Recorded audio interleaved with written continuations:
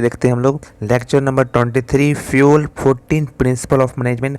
14 का 14 प्रिंसिपल हम लोग दोस्तों देखने वाले हैं इंग्लिश मीडियम और हिंदी मीडियम दोनों में, तो बने रहिएगा, ठीक है ना। दोनों का दोनों मीडियम देखेंगे। सबसे पहले हम लोग समझेंगे इंग्लिश मीडियम है और उसके बाद समझेंगे हिंदी मीडियम है।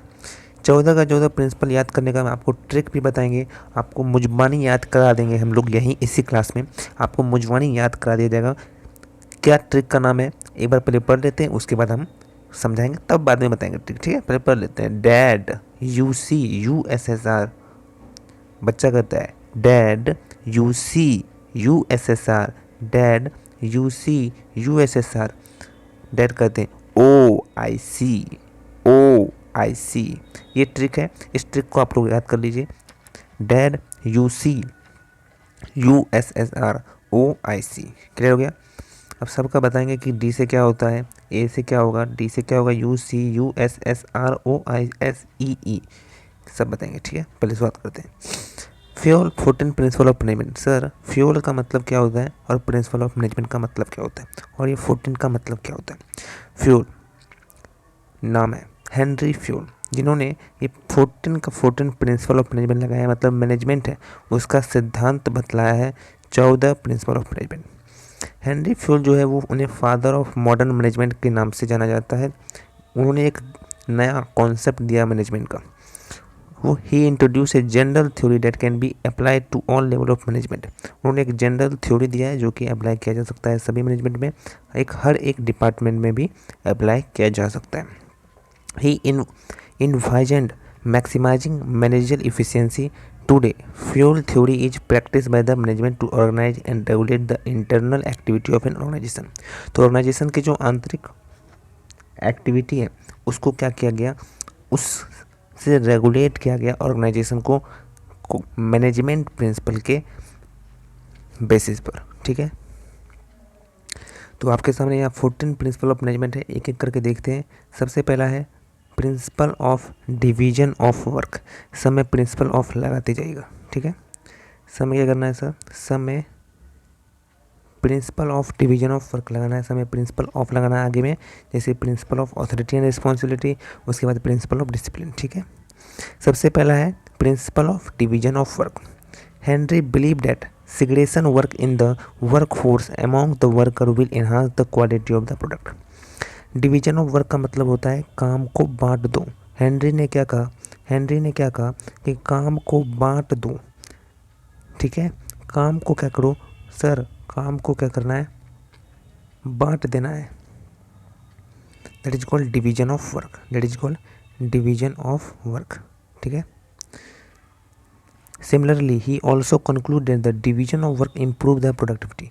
वर्क को बांट देना है कि प्रोडक्शन का काम, सेल्स का काम, परचेजिंग का काम, मार्केटिंग का काम, फाइनेंसिंग का काम को बांट दो, काम को बांट दो। काम को बांटने पर इम्प्रूव होगा क्या क्या, प्रोडक्टिविटी, इफ़िशियंसी इम्प्रूव होगा, एक्यूरेसी होगा, बिल्कुल सही होगा, बिल्कुल सही काम होगा, स्पीड भी होगा, काम में स्पीड भी आएगा। This principle is appropriated for both manager as well as technical work level. ये जो प्रिंसिपल है वो दोनों में वर्क करता है, चाहे वो मैनेजरियल लेवल हो चाहे वो टेक्निकल लेवल हो, ठीक है। अगला प्रिंसिपल है principle of authority and responsibility. Principle of authority and responsibility मतलब क्या कहता है कि किसके किसके पास अथॉरिटी और किसके किसके पास रिस्पॉन्सिबिलिटी है, उसमें हम लोगों को ये बतलाया गया है कि अथॉरिटी का मतलब क्या होता है। सर अथॉरिटी का मतलब होता है कि power to take decision. Sir authority का मतलब क्या होता है, सर अथॉरिटी का मतलब होता है कि पावर टू टेक डिसीजन, और रिस्पॉन्सिबिलिटी का मतलब होता है obligation to complete the job assign the time. Time पर जॉब को पूरा करो, और रिस्पॉन्सिबिलिटी मतलब होता है पावर। तो इस प्रिंसिपल में बतलाया गया है कि there should be a balance between the authority and responsibility. There should be balance between authority and responsibility. Sir, authority means A, authority और रिस्पॉन्सिबिलिटी में क्या होना चाहिए, ऑथोरिटी एंड रिस्पॉन्सिबिलिटी में बैलेंस होना चाहिए कि one person, if we hired one person and give him a responsibility, and give him a responsibility, then he also let get a get a authority. Sir authority दो तो responsibility भी दो, और responsibility दो तो ऑथोरिटी भी दो, वो भी इक्वल, वो भी सर वो भी इक्वल देना, वो भी क्या देना हम लोग को, इक्वल। आई होप दोस्तों समझ गए। अब समझो रुक जाओ। अगर ऑथोरिटी देते हो और रिस्पॉन्सिबिलिटी नहीं देते हो, मतलब पावर दिया और जिम्मेदारी नहीं दी, तो सर वो फ़ायदा उठा लेगा। और अगर रिस्पॉन्सिबिलिटी दी और ऑथोरिटी नहीं दी, पावर नहीं दिया, तो सर काम को होगा ही नहीं। आई होप दोस्तों समझ गए। Thank you so much. तीसरा है principle of discipline. Principle of discipline क्या कहता है सर? डिसिप्लिन का मतलब होता है rules, regulation, systematic working in the organisation. एक मैनर, एक परफॉर्मेंस जो हम कर रहे हैं वो एक मैनर में कर रहे हैं, एक रूल में कर रहे हैं, एक रेगुलेशन कर रहे हैं ऑर्गेनाइजेशन में। तो फ्यूल का मानना क्या है कि सर ऑर्गेनाइजेशन में एक क्या करो, एक ऐसा इन्वायरमेंट लाओ, डिसिप्लिन इन्वायरमेंट लाओ, ताकि जो वर्क हो वो बिल्कुल अच्छे से वर्क हो, अच्छे से डिसिप्लिनरी मैनर में वर्क हो, एक लेवल में वर्क हो। ऐसा नहीं कि सर कैसे अत्तर पत्तर इधर से उधर हो रहा, नहीं, बिल्कुल सिस्टमैटिक मैनर में काम हो। Without discipline nothing can be accomplished. किसी को भी कोई भी चीज़ प्राप्त नहीं कर सकते। It is the core value for any project और any management. Good performance and the sensible interrelation make the management job easy बना देता है एंड कम्प्रहेंसिव बना देता है। Employ good behaviour also help. जो एम्प्लॉयर का अच्छा बिहेवियर भी मदद करता है बिल्ड करने में स्मूथली एंड प्रोग्रेस करने में प्रोफेशनल करियर में। आई होप दोस्तों समझ गए होंगे। एक एग्जाम्पल लेता हूँ कि मान के चलो जो एम्प्लॉय है, अगर वो ऑनर है, मतलब वो क्या है, ऑनर है, वो बात मान रहा है ना, वो उस तरह से वर्क कर रहा है, वेरी इफ़िशियंटली वर्क कर रहा है। और दूसरे तरफ एक सुपरवाइज़र है, वो क्या होना चाहिए, वो भी कमिटमेंट होना चाहिए, है ना। जो भी वो मीटिंग कर रहा है, जो भी वो बात रख रहा है, उसमें कमिटमेंट होना चाहिए। साथ ही साथ जो सुपरवाइज़र है वो इंक्रीमेंट, प्रमोशन, लेग्यू ये भी लाना चाहिए। तो एक डिसिप्लिन मतलब क्या होता है, हर एक लोग अपना अपना काम को स्वेच्छा से निभाए और ऑनेस्टी से निभाए, तो रूल्स एंड रेगुलेशन अपने आप सही हो जाएगा। तो ये जो प्रिंसिपल ऑफ डिसिप्लिन क्या बोलता है सर? प्रिंसिपल ऑफ डिसिप्लिन ये बोलता है कि सबसे पहले डिसिप्लिन का मतलब बताता है, और उसके बाद ये बतलाता है कि जो प्रिंसिपल ऑफ डिसिप्लिन है वो मैनेजमेंट में होना चाहिए, ऑर्गेनाइजेशन में होना चाहिए। समझ गए? नेक्स्ट होता है unity of command. Sir unity of command का मतलब क्या होता है? यूनिटी ऑफ कमांड का मतलब होता है कि, समझिए बात को, कि जो सब ऑर्डिनेट होगा, सब ऑर्डिनेट और सुपीरियर का मतलब समझते हो आप लोग क्या? एक मिनट रुक जाओ, पहले सब ऑर्डिनेट और सुपीरियर का मतलब समझ लो, उसके बाद दोस्तों आगे बढ़ेंगे, ठीक है। सर सुपीरियर का मतलब क्या होता है? ऊपर, सबसे ऊपर, उच्च लेवल। और सब ऑर्डिनेट मतलब होता है इसके नीचे। मतलब किसी भी, जब भी मैं बोलूँगा सब ऑर्डिनेट, समझोगे क्या कि लोअर लेवल का मैनेजमेंट है, लोअर लेवल है, वो पर्सन क्या है, नीचे का है। मतलब इस पर्सन के पास, सुनो मेरी बात, इस पर्सन के पास जिम्मेदारी है, इस पर्सन के पास जिम्मेदारी है, अकाउंटेबिलिटी है, ऊपर वाले को बोलने की क्या है, ये क्या है, उत्तरदायित्व है। मैंने सुना होगा किसी पर्सन से कि सर मेरी अकाउंटेबिलिटी है, मेरी उत्तरदायित्व मैं हूँगा, तो ये सब ऑर्डिनेट वो व्यक्ति कराएगा। और सुपीरियर का मतलब क्या होता है, इस व्यक्ति से ऊपर, ये निगरानी रखता है, ये रिस्पॉन्सिबिलिटी देता है कि ऐसा काम करना है, इस तरीके से काम करना है। आई होप दोस्तों समझ गए। सुपीरियर मतलब होता है ऊपर लेवल का, और सब ऑर्डिनेट होता है उससे नीचे का लेवल का। समझ गए? और इसका हो सकता है, इसका भी हो सकता है सुपीरियर। समझ गए? मतलब जो व्यक्ति किसी को जिम्मेदारी दे सकता है दैट इज कॉल्ड सुपीरियर, और जो व्यक्ति अकाउंटेबिलिटी देता है दैट इज कॉल्ड सबऑर्डिनेट। वही बोल रहा है सर। यूनिटी ऑफ कमांड मतलब होता है कि जो सब ऑर्डिनेट है ना, जो सब ऑर्डिनेट है ना, वो केवल व केवल उसका एक ही बॉस होगा। मतलब केवल व केवल एक बॉस होगा, मतलब केवल व केवल एक सुपीरियर होगा। समझ रहे बात को?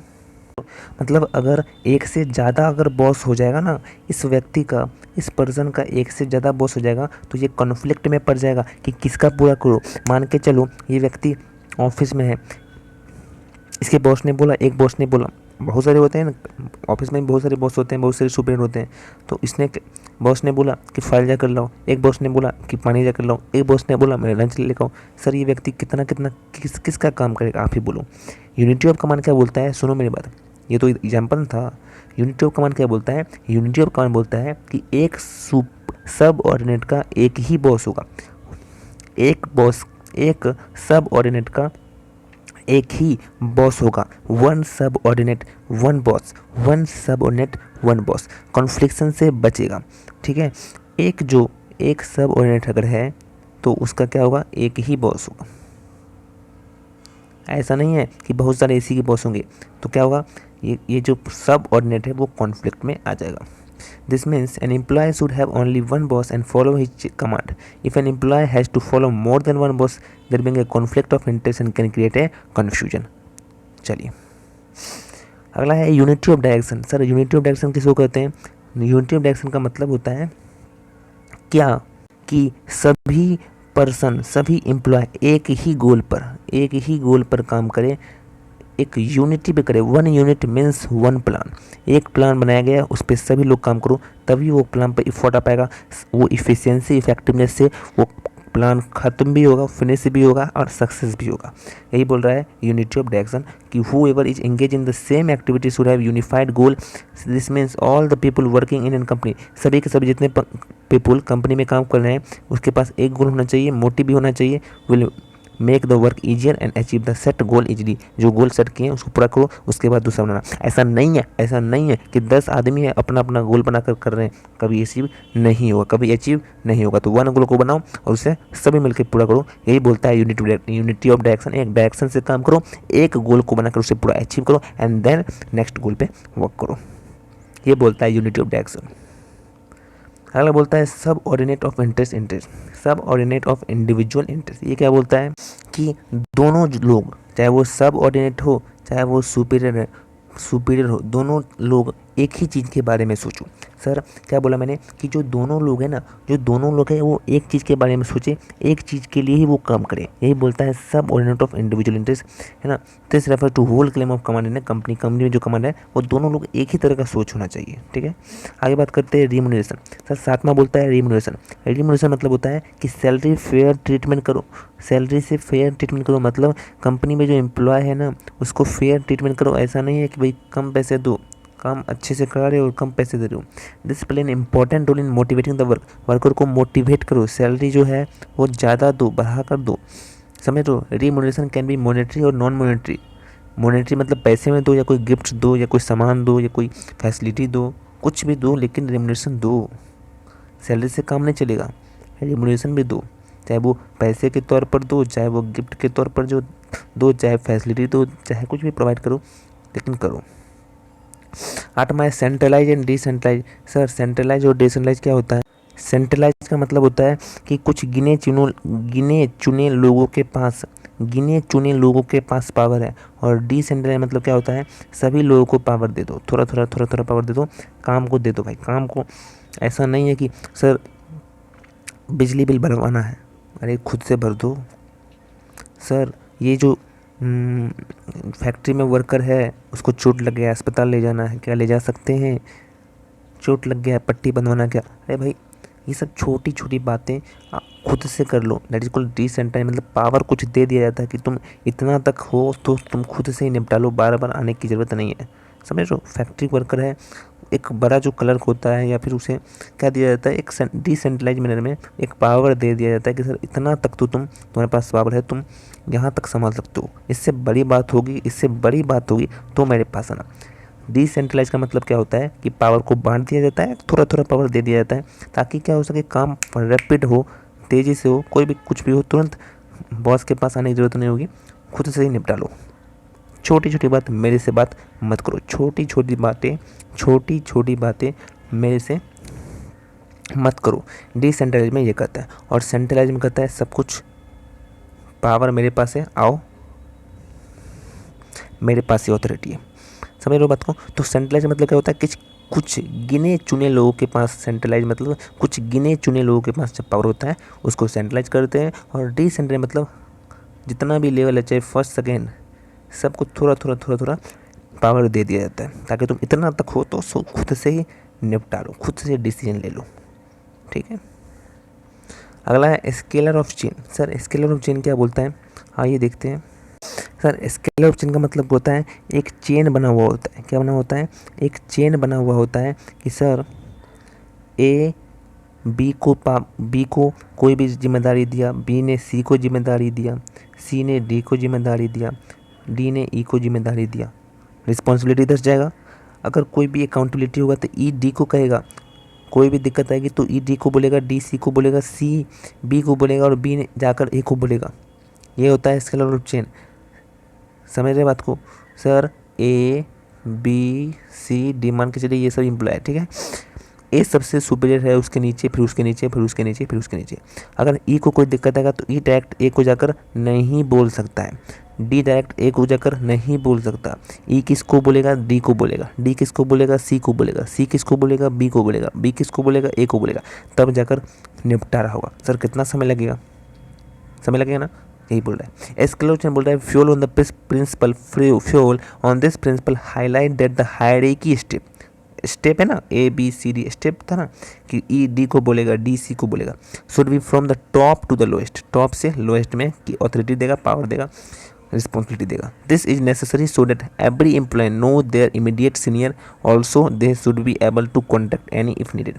कोई भी जरूरत होगा तो उनसे कॉन्टेक्ट करें, अपने सीनियर से बात करो, अपने सीनियर से बात करो। सीनियर मतलब क्या हुआ, ए बी सी डी ई,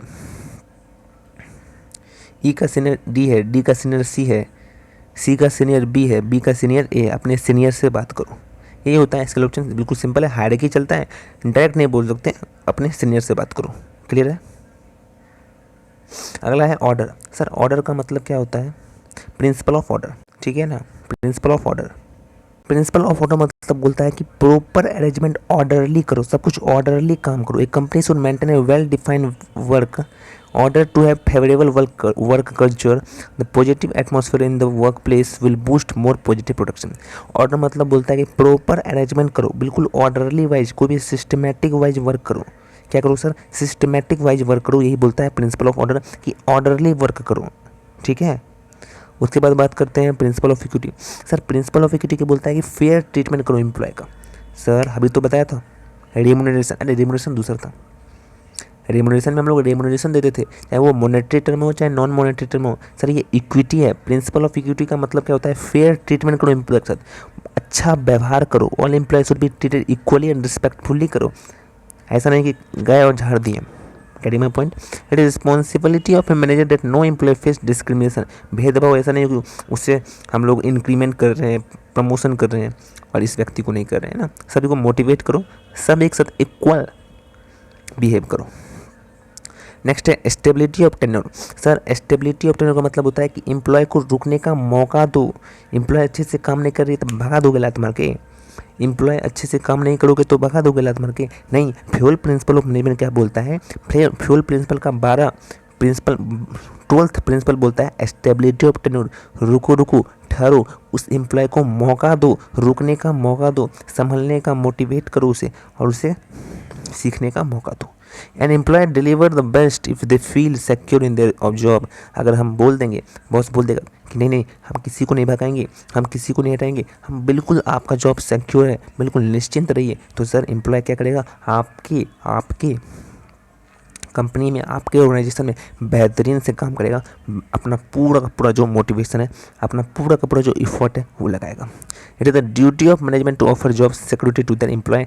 ये ड्यूटी होता है मैनेजमेंट का कि सर सिक्योर जॉब प्रोवाइड करो अपने एम्प्लॉय को। ये सब प्रिंसिपल है।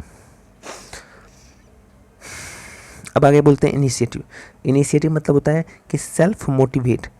क्या बोलता है सर, इनिशिएटिव मतलब होता है शुरुआत में मोटिवेशन दो, सेल्फ मोटिवेशन दो। Employee can give suggestion, employee को सजेशन दो, ऐसा करो वैसा करो, सपोर्ट दो, एम्प्लॉय को हौसला बढ़ाओ, तुम कर सकते हो, you can do it. Initiative in an organisation, it will help them to increase their motivation and morale. जो उसके नैतिक है, जो उसकी प्रेरणा है, वो उसको बढ़ाओ, मोटिवेट करो उसको, इनिशिएटिव बोलता है।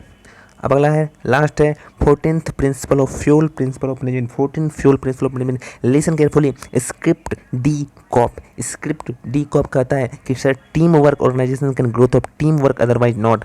टीम वर्क में काम करो, strength in union, strength in union, एकता में शक्ति है। स्प्रिट, स्प्रिट डी कॉप क्या बोलता है, strength in unity, strength in unity. Spirit de corps क्या बोलता है कि team work organisation can growth of the team work otherwise not, otherwise not, otherwise not, strength in union, एकता में शक्ति है। पढ़ लेते हैं इसको। It is the responsibility of the management to motivate the employ and be supportive of each other, developing trust and mutual understanding will lead to a positive outcomes and work environment में काम करना चाहिए। एक conclusion बता देते हैं, ये conclusion बता देते हैं सर कि 14 का जो 14 प्रिंसिपल ऑफ मैनेजमेंट है ये पिलर है ऑर्गेनाइजेशन का। They are integral predicting planning decision making process management and control and coordination. Thank you so much. English वाले बच्चे का हो चुका है बेहतरीन तरीके से। आइए फटाफट से ट्रिक लगाते हैं। सर बताना आप सभी को मेरे साथ बोलना है। अब दोस्तों याद करने का जो ट्रिक है वो बताते हैं। डैड UCUSSR, आप इसको गिनिए तो 1 2 3 4 5 6 7 8 9 10 11 12 13 and 14। Dad UCUSSR, dad UCUSSR OIC। ये ट्रिक आपको याद रखना है। 14 का 14 प्रिंसिपल आपको मुजमानी याद हो जाएगा। ठीक है। पहला डी से principle of division of work, A से ऑथोरिटी, डी से डायरेक्शन, यू से बोलो बोलो बोलो बोलो ना बोलो बोलो यूनिटी ऑफ कमांड, सी से फटाफट से बोलना है सर, सी से बोलो सेंट्रलाइजेशन एंड डिसेंट्रलाइजेशन। फिर यू से यूनिटी ऑफ डायरेक्शन, एस से सब ऑर्डिनेट ऑफ इंटरेस्ट, सब ऑर्डिनेट ऑफ इंडिविजुअल इंटरेस्ट। फिर एस से एस्केलर ऑफ चेन, आर से रिम्यूनरेशन, ओ से ऑर्डर, आई से इनिशिएटिव, एस से फटाफट से बोलना है, एस से बोलो स्टेबिलिटी ऑफ टेन्योर, रुकने का मौका दो, ई से इक्विटी, ई से spirit D corp, team work में काम करो, strength is weak, strength in union, है ना, टीम वर्क में काम करो। Thank you so much. आइए हिंदी वाला देखते हैं। हिंदी वाले बच्चे फटाफट से आ जाइए आप लोग। हेनरी फ्यूल, जिन्हें आधुनिक प्रबंधन सिद्धांत के जनक के रूप में भी जाना जाता है, कि प्रबंधक की अवधारणा पर एक नई धारणा दी है। ठीक है, जो हेनरी फ्यूल है ना, उन्होंने 14 प्रिंसिपल दिया था, 14 सिद्धांत दिया है। किसने दिया सर? हेनरी फ्यूल ने दिया है। उन्होंने एक सामान्य सिद्धांत पेश किया है कि जिसे प्रबंधन के सभी स्तरों और हर विभाग पर लागू किया जा सकता है। उन्होंने प्रबंधकीय दक्षता को अधिकतम करने की कल्पना की। आज किसी संगठन की आंतरिक गतिविधियों को व्यवस्थित और विनियमित करने के लिए प्रबंधन द्वारा फ्यूल के सिद्धांत अभ्यास किया जाता है। ये है अपने फ्यूल प्रिंसिपल, ये है अपने हेनरी फ्यूल साहब, ये है अपने हेनरी फ्यूल साहब। ज़रा दूर से ही प्रणाम कर लीजिए, ज़रा दूर से ही इन्हें प्रणाम कर लीजिए। ठीक है। हेनरी फ्यूल द्वारा बनाए गए प्रबंधन के 14 सिद्धांत की व्याख्या नीचे दी गई है। पहला है कार्य विभाजन। सर कार्य को बांट दो, ये जो सिद्धांत बोलता है कि कार्य को बांट दो। कौन कौन बांटना है कार्य को? आलू सब्जी काटना है, बर्तन मांजना है क्या सर? प्रोडक्शन अलग, काम को बांटो, प्रोडक्शन को बांटो, प्रोडक्शन, मार्केटिंग बोलो, एडवर्टाइजमेंट, फाइनेंसिंग और बोलो परचेजिंग और बोलो सेल्स। ये सबको बांट दो, इसका अलग अलग डिपार्टमेंट बना दो ताकि बेहतर तरीके से काम हो सके। और उस सभी में एक एक एम्प्लॉय लगा दो, उस समय एक एक बड़े बड़े हायर कर दो।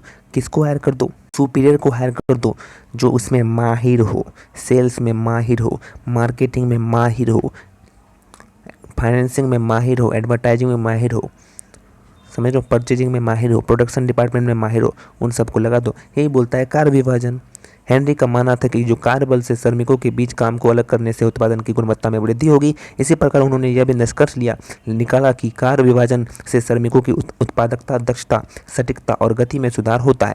यह सिद्धांत प्रबंधकीय और तकनीकी कार्य दोनों स्तरों के लिए उपयुक्त हुआ। बात करते हैं दूसरा, प्राधिकार और उत्तरदायित्व। प्राधिकार का मतलब क्या होता है और उत्तरदायित्व का मतलब क्या होता है? प्राधिकार मतलब ऑथोरिटी एंड रिस्पॉन्सिबिलिटी। ऑथोरिटी और रिस्पॉन्सिबिलिटी को बांट, मतलब बराबर बराबर रखो, जैसे तराजू में बराबर करते हैं, बिल्कुल सेम टू सेम तराजू में जैसे बराबर रखते हैं, प्राधिकार और उत्तरदायित्व को बराबर बराबर रखो। सर प्राधिकार को बराबर नहीं रखेंगे तो अगर मैं केवल व केवल प्राधिकार दे दूंगा ना सर, तो वो अपने प्राधिकार का गलत प्रयोग करेगा। सर केवल व केवल उत्तरदायित्व दे देंगे तो वो काम ही नहीं करेगा। पावर रहेगा नहीं तो काम कैसे करेगा। सर मैंने बोल दिया कि जाओ बाज़ार से सब्जियां ले आओ, मैंने उसे पैसा दिया ही नहीं, तो कैसे लाएगा सर। मैंने जिम्मेदारी दी लेकिन उसे प्राधिकार नहीं दिया, उसे कुछ पैसे नहीं दिए, तो सर वो लाएगा क्या।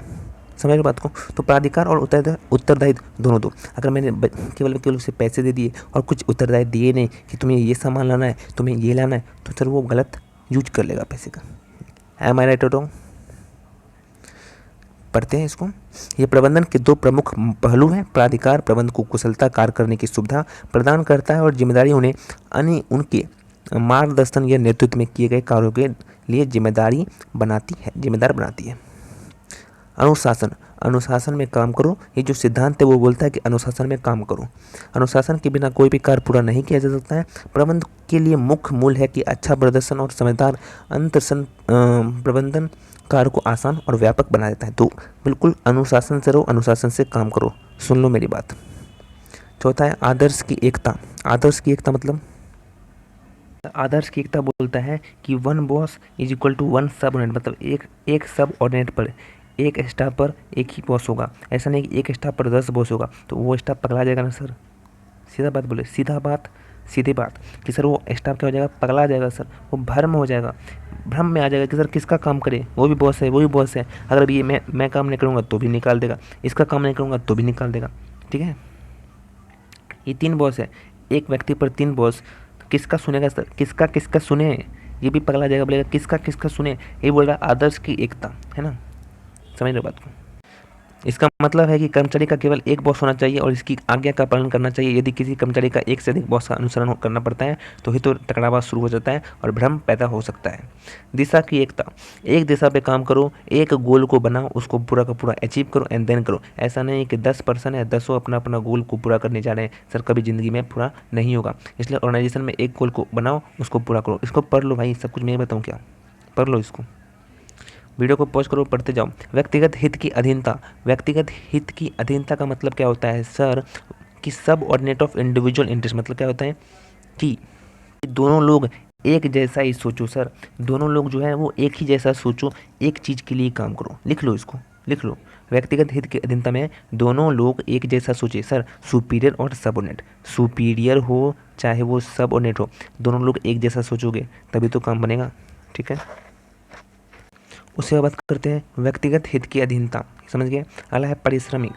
पारिश्रमिक का मतलब क्या होता है सर, पारिश्रमिक का मतलब क्या होता है, फटाफट से बताना है।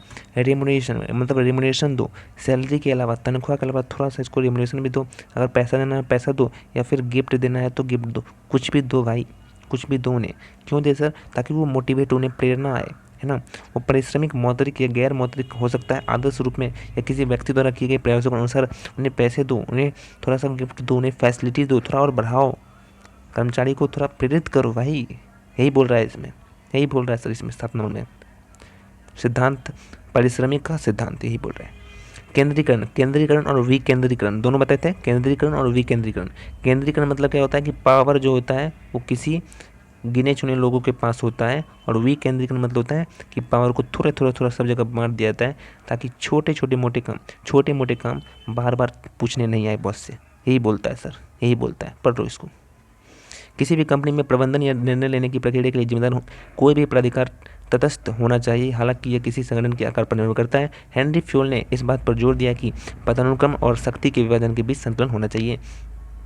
चलिए, केंद्रीकरण बोलता है कि ये ऑर्गेनाइजेशन पर डिपेंड करता है। आपका ऑर्गेनाइजेशन छोटा है तो केंद्रीकरण रखो, मतलब कुछ ही हाथों में रखो पावर। अगर बहुत बड़ा है, रिलायंस कंपनी है, तो बांट दो पावर, कि छोटे मोटे काम के लिए बार बार पूछना नहीं आए।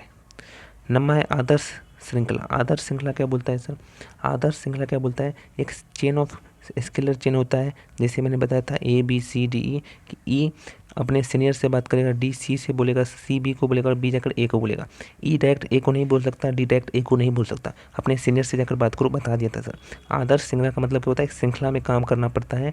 A जो डायरेक्शन देगा बी को देगा, बी सी को देगा, सी डी को देगा, अपने अपने सीनियर को दो, अपने अपने सब ऑर्डिनेट को दो। ये सीनियर कहलाएगा और ए का सीनियर कौन कहलाएगा सर, रुक जाओ, ए सीनियर है, ए का सब ऑर्डिनेट बी कहलाएगा, बी का सब ऑर्डिनेट कौन है, सी है, सी का सब ऑर्डिनेट डी है, डी का सब ऑर्डिनेट ई है, ई का सीनियर डी है, डी का सीनियर सी है, सी का सीनियर बी है और बी का सीनियर ए है। ये है आदर्श श्रृंखला। उसके बाद है आदर्श, एक कंपनी का अनुकूल कार्य संस्कृति के लिए एक अच्छी तरह से प्रभावित कर होता है। तो आदर्श का मतलब क्या होता है कि प्रिंसिपल ऑफ ऑर्डर, एक आदर्श से करो, एक ऑर्डर से काम करो।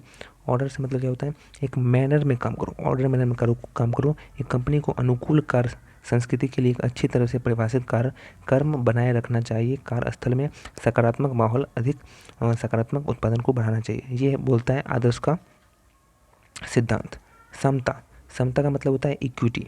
तो इक्विटी का मतलब क्या होता है सर, समता का मतलब क्या होता है इक्विटी।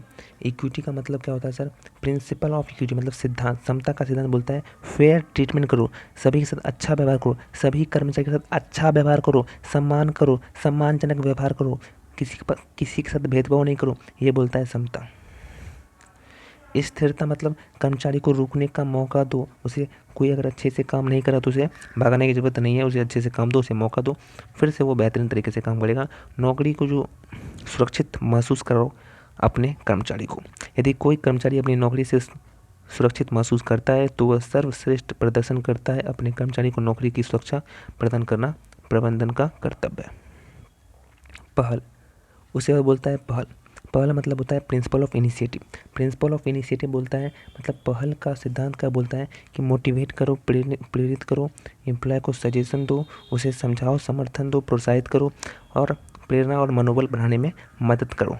ठीक है, इससे मिलेगी और कर्मचारी बेहतरीन ढंग से काम करेंगे। Spirit D corps, spirit D Corp क्या बोलता है कि एकता में शक्ति है। लिख लो, कॉपी पे लिख लो कि एकता में शक्ति। तो टीम वर्क में काम करो, टीम वर्क में काम करो। जितने भी टीम वर्क है ऑर्गेनाइजेशन तभी ग्रोथ होगा, ऑर्गेनाइजेशन तभी ग्रोथ होगा, अदरवाइज नहीं होगा, यही बोलता है बस। दोस्तों ये जितना भी आपको पीडीएफ दिख रहा है, ये पीडीएफ मिलेगा आपको हमारे टेलीग्राम चैनल पर। तो टेलीग्राम चैनल पर जरूर ज्वाइन कर जाइएगा।